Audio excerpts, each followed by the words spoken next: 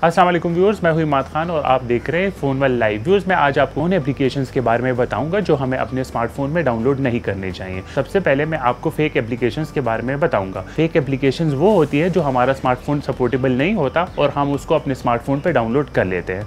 For example, अगर हमारा smartphone fingerprint supporter नहीं है और वो हम एप्लीकेशन प्ले स्टोर से डाउनलोड कर लेते हैं तो वो हमारे सेलफोन पर सपोर्टेबल नहीं होते, तो हमें इन एप्लीकेशंस को अपने स्मार्टफोन पर डाउनलोड नहीं करने चाहिए। इसी तरह हमारे पास आइरिस स्कैनर एप्लीकेशंस होती है। हमारा अगर स्मार्टफोन आइरिस स्कैनर सपोर्टेबल नहीं है तो हमें उन एप्लीकेशंस को अपने फ़ोन पे डाउनलोड नहीं करने चाहिए। इससे हमारे सेल फ़ोन की स्पीड भी कम हो जाती है और अगर हमारे सेल फ़ोन इतने मेमोरी सपोर्टेबल नहीं है तो हमारे पास ये एप्लीकेशंस हमारे सेल फ़ोन की मेमोरी को फुल करती हैं। तो हमें नहीं चाहिए कि हमें ये फेक एप्लीकेशंस अपने सेल फ़ोन पे डाउनलोड करें। इस तरह काफ़ी ज़्यादा एप्लीकेशंस हैं प्ले स्टोर में जो हमें नहीं चाहिए कि हम उनको डाउनलोड करें। हमें सिर्फ वो एप्लीकेशंस डाउनलोड करने चाहिए जो हमारा स्मार्टफोन सपोर्टेबल है। हमारा स्मार्टफोन जो एप्लीकेशंस को सपोर्ट नहीं करता तो हमें चाहिए कि इन एप्लीकेशंस को अवॉइड करें। सेकंड नंबर पे हमारे पास है बैटरी सेविंग एप्लीकेशंस। हमारे पास प्ले स्टोर पे डिफरेंट बैटरी सेविंग एप्लीकेशंस हैं और वो हम अपने स्मार्टफोन पे डाउनलोड करते हैं।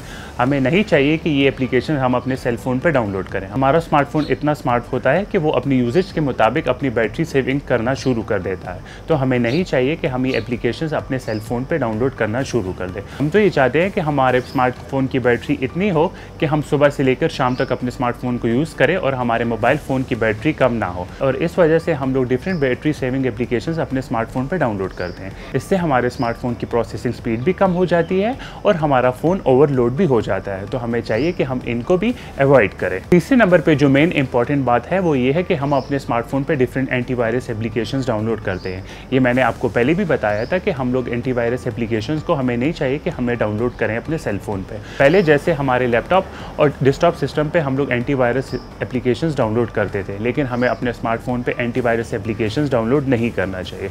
हमारे स्मार्टफोन पे कहीं से भी वायरस आना बहुत ही मुश्किल हो जाता है। तो आपको चाहिए कि आप अपने स्मार्टफोन में एंटीवायरस एप्लीकेशंस डाउनलोड ना करें। हम तो ये समझते हैं कि इसके 1 मिलियन डाउनलोड्स हैं और इसके 1 बिलियन डाउनलोड्स हैं, तो आइए इस एप्लीकेशन को डाउनलोड करते हैं, शायद हमारे फ़ोन की स्पीड इससे बढ़ जाए, हमारा स्मार्टफोन वायरस आने से भी बच जाए।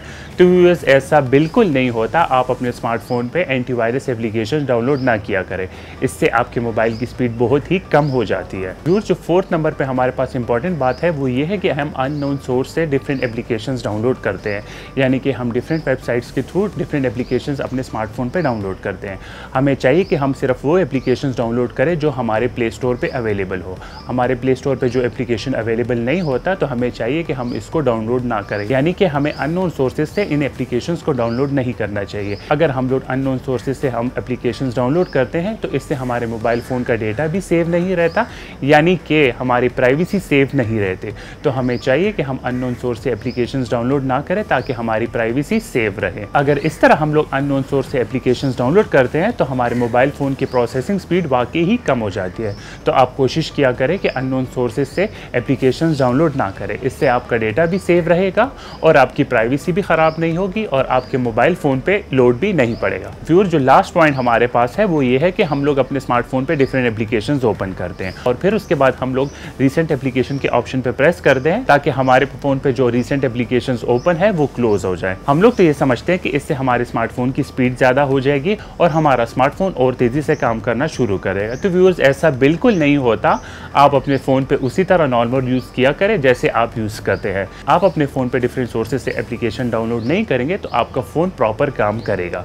अगर आप डिफरेंट सोर्सेज से एप्लीकेशंस डाउनलोड करते हैं और इसी तरह अगर आप रीसेंट एप्लीकेशंस के ऑप्शन पे क्लिक करते हैं और वो सारी एप्लीकेशन आप क्लोज करते हैं तो आपके फ़ोन की स्पीड वाकई ही कम होगी। कि आपका स्मार्टफोन इतना स्मार्ट है कि उसको पता है कि किस टाइम पे उसे क्या काम करना है और किस टाइम पे उसे क्या काम नहीं करना। व्यूअर्स, आई होप आप ऐसे डिफरेंट एप्लीकेशंस अपने स्मार्टफोन पे डाउनलोड नहीं करेंगे जिसकी वजह से आपके स्मार्टफोन की प्रोसेसिंग स्पीड कम हो जाए। तो व्यूअर्स, आई होप आज की इन्फॉर्मेशन आपके लिए यूज़फुल होगी। अगर आप हमारे साथ कोई इन्फॉर्मेशन शेयर करना चाहते हैं तो आप हमें कमेंट बॉक्स में कमेंट कर सकते हैं। So that's all for now. Keep watching phone world live. अल्लाह हाफिज़।